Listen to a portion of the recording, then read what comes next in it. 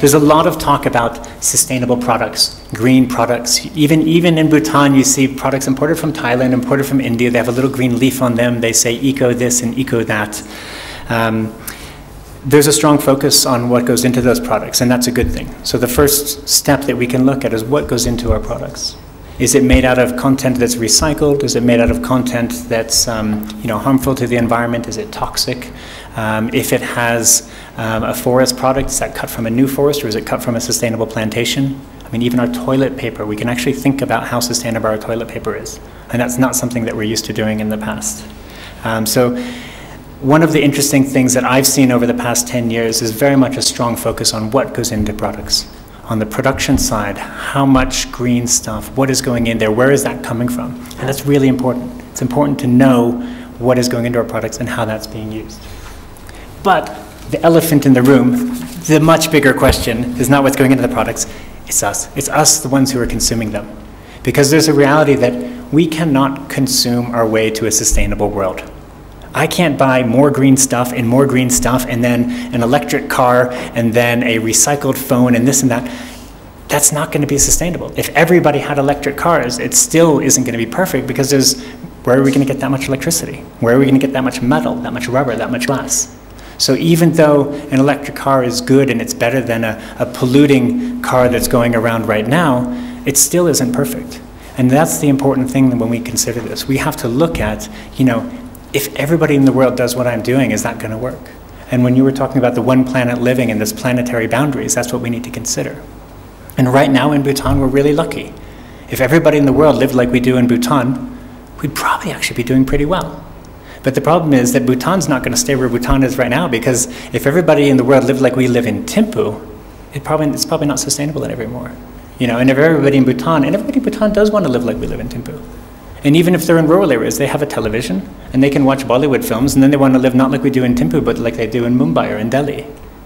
And then if they have cable channels and they can see more and they get Western movies, then they want to live like we live in New York or in Paris. And so, where's the end of all of this?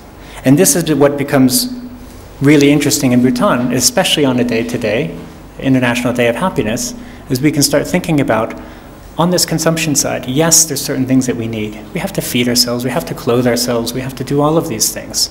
But how many resources do we actually need, and what comes from the added resources on top of that? And if we think about our happiness on International Day of Happiness, how much is that going to improve by what we buy versus how much time we spend with people we love and those kinds of things? So when we think about sustainable consumption and production, it's kind of difficult sometimes, but we actually have to talk about not consuming, but where do we fulfill ourselves? Where does this come from? Where do we get our values, and how is that based, and how do we enjoy our lives? Now, in order to look at all these issues, it's really a challenge, because nobody can sit here and point to you, the consumer, or me, the consumer, and say, okay, it's entirely up to you. These companies can produce whatever they want, but it's up to you to remove that temptation and not to buy it. I mean, that's not really fair, is it? We're going to just kind of put a whole bunch of chocolate cakes in front of you and say if you consume those, you're a bad person. I mean, that's not nice. So what we need to do is we need to look at the supply side and the demand side together. And so that's really where the opportunity lies. And in Bhutan, the supply side is mostly an import side from India, but we can look at what we're importing. We can look at how sustainable it is. At some point, I know that there was a bill to look at putting an extra tax on junk food. And that's a different kind of sustainability, because that's a health sustainability. And I know it didn't pass, but that's the kind of thing that Bhutan should continue looking at. If we're importing products that can't be recycled, should we have extra incentives for them to perhaps cost more, so people buy them less, and the ones that are good for the environment cost less? For the products that are made locally, like it said in the last film, how do we make sure that we benefit from those? If we can grow crops, in Thimphu Tromde or in Thimphu Dzongkhag, and we can feed ourselves here off of those crops, does it make sense that crops that come in from India are cheaper? And we as a consumer, if I go down to the market and I have, red rice at 65 and Indian rice at 30 or 40 or something like that, does that mean that I have to pay twice as much to be a more sustainable person? That doesn't quite make sense. So there's a certain role for the government as well, for the policymakers, to explore how they can provide us with the right incentives to be more sustainable.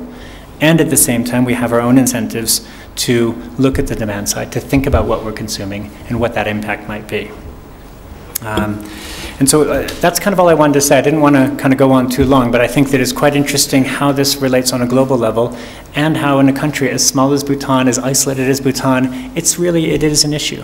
The first time I came into the country, I was amazed while I was waiting for my bags to come on the luggage carousel in Paro, that half of the items on the carousel were boxes that were this big, and they had televisions inside, exactly. So it was obviously a flight from Bangkok, and so every single one of the people working on the airline, I'm sure, was buying one for a friend and a cousin and everything else like that. And nobody's saying they shouldn't have them, but when we see that, and when we suddenly see it in that quantity, you know, that's when we have to start thinking about what is sustainability.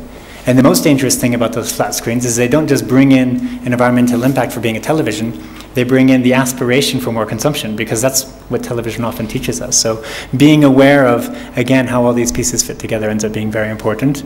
And then as we live our own lives, doing what we can to be aware of our own impact. And that's the best that we can do. So thank you all very much.